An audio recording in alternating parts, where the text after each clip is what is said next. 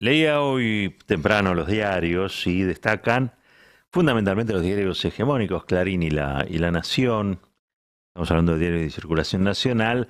La derecha arrasa y le da un duro golpe al gobierno socialista, dice Clarín. El PP arrasa en España y debilita a Sánchez de cara a las presidenciales. Han utilizado el mismo verbo, arrasar. Es un derechazo, realmente. Uno tiene que decir, es un derechazo a la mandíbula del progresismo español, pero es un derechazo a la mandíbula de todos los progresismos. El PP en España le sacó más de 800.000 votos de ventaja al Partido Socialista de Pedro Sánchez, Partido Socialista Obrero Español.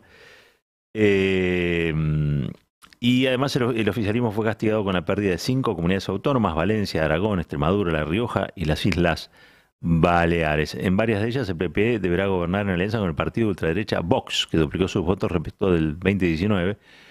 Podrían pedirle a Sánchez que anticipe las elecciones previstas para diciembre. Está hackeado Sánchez a partir de este triunfo, que es un triunfo en las urnas, ¿no?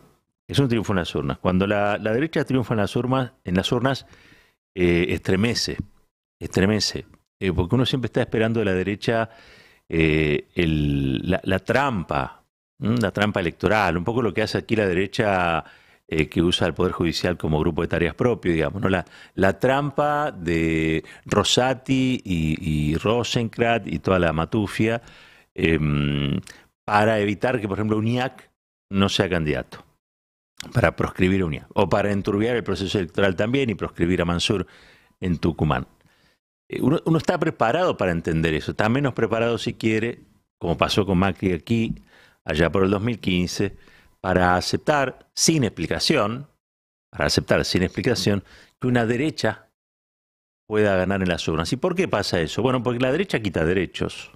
La derecha históricamente quita derechos. La derecha suprime la disidencia. La derecha tiene una idea del mundo en la que contempla, para aquellos que no piensen como ella, solo el papel de la persecución. Es la derecha la negacionista, es la derecha la que pone palos en las ruedas para la distribución del ingreso, es la derecha la que se mete con el cuerpo de las mujeres, es la derecha, en líneas generales, la que piensa una sociedad con excluidos, es la derecha la que impulsa ideas neoliberales, es la derecha la que filosóficamente cree en el darwinismo, ¿no? Cree que el más fuerte se come al más débil y que ese orden natural de las cosas no debe ser alterado. Esa es la derecha, sea en España, sea en Estados Unidos, sea aquí en la Argentina. Por supuesto con sus matices. Estoy hablando a un trazo grueso, ¿sí? Es una brocha gorda. La derecha después tiene sus particularidades y sus diferencias, pero en lo central, en lo medular, en lo nuclear, la derecha es básicamente un movimiento que viene a desdemocratizar la democracia. Y alguien dirá, pero ¿cómo es eso? ¿Cómo se valen de la democracia para hacer que la democracia sea más frágil o hacer que la democracia sea menos democrática, al fin de cuentas? Bueno, ese es su papel.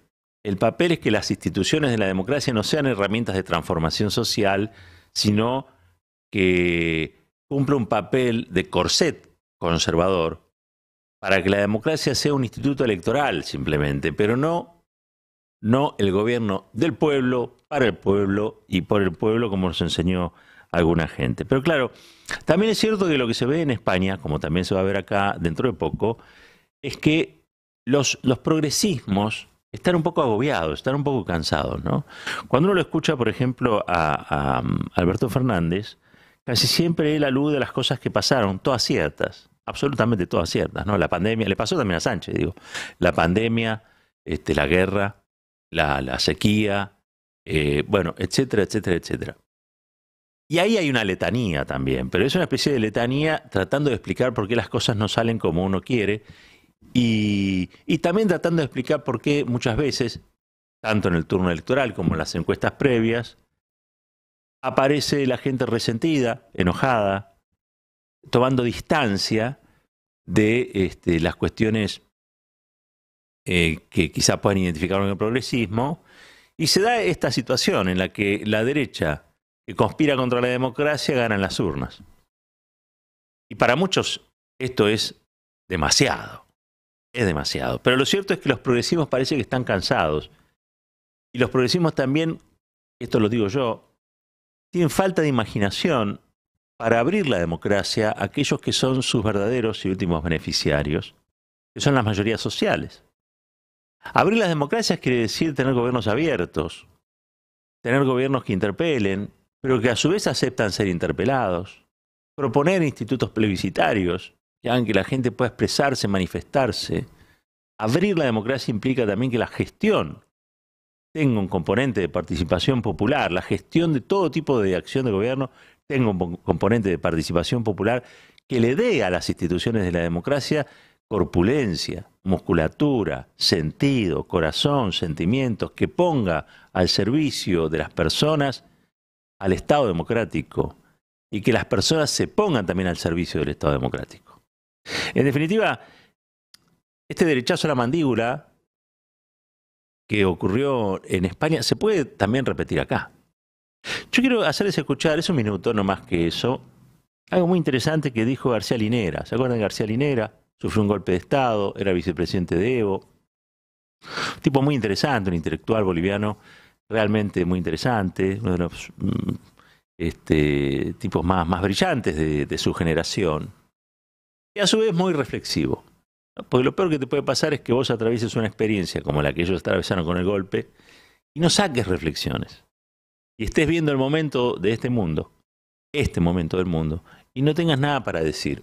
Es muy respetable el silencio antes de decir cualquier pavada, pero para aquellos que saben qué decir y para aquellos que piensan qué decir, siempre hay que darse tiempo para escucharlos. Vamos a escuchar a García Linera a ver qué dice. Esta segunda oleada llega un poco cansada, porque creo que los líderes que empujan el segundo momento del progresismo vienen a administrar y a continuar lo que se hizo en la primera oleada, pero el mundo ha cambiado. El mundo que permitió la primera oleada es muy distinto ahora. Hay la crisis mundial, vino el COVID. La sociedad ha cambiado, las derechas se han modificado, las derechas se han endurecido, las derechas han aprendido de sus derrotas y están más fuertes al frente, pero los líderes que encabezan esta segunda oleada no entendieron este momento y pensaron que había que administrar lo que había cuando la realidad te exigía de transformar lo que hay y no meramente de administrar. ¿Por qué crece la derecha? Porque el progresismo no tiene respuestas a los problemas de la gente. Y cuando los problemas se agravan cada vez más, las angustias son mayores y tú tienes silencio y ambigüedad, esa es la mejor manera de abonar el poderío de los sectores de la derecha. El silencio y la ambigüedad plantea García Linera como el abono, ¿sí?, de esta nueva oleada de derechas recargada, si se quiere, orgullosa de serlo, ¿no? Es como que hay algo del orgullo de la derecha que se ha recuperado en este tiempo, en estos tiempos. No es de ahora, es de los últimos años, desde ya. Pero él dice, bueno, ¿cuáles son las cosas que hace el progresismo que contribuyen a este momento, ¿no? A este momento de la política y a la irrupción de este tipo de derechas? Y a mí me parece que a eso habría que, además del silencio y la ambigüedad, que ya son dos palabras bastante grandes, ¿no?, habría que agregarle quizá otra cosa, que es la falta de sueños. No se puede pretender cambiar el mundo desde exclusivamente, si se quiere, desde una planilla de Excel. La planilla de Excel es necesaria, muy necesaria. Es como el déficit fiscal. Si me das a elegir entre el déficit fiscal y no tenerlo, yo elijo no tenerlo, ¿sí? Ahora, lo cierto es que si tu vida pasa por el déficit fiscal, probablemente seas ciego a un montón de otras realidades que interesan y mucho para seguir radicalizando y profundizando las democracias. Por lo tanto, a mí me parece que tiene que haber en la política algo más, ¿sí? Algo más que la administración de la crisis, algo más que la administración de lo que es escaso y algo más también que la administración de los problemas. Tiene que haber soluciones y sueños. Tiene que haber la posibilidad de contagiar a otros y de otras que se vuelvan a enamorar de algo. Y que ese algo sea la transformación de un país. Ese algo sea la transformación de una sociedad. Ahora, ¿cómo le damos vitalidad y energía a esas palabras que ya por repetidas carecen de sentido? Porque ¿cuántas veces hemos escuchado, vamos a cambiar esto, vamos a escuchar lo otro, vamos a hacer lo otro? Pero pocas veces llega el momento de concretar esos asuntos. Nos está faltando una energía ahí.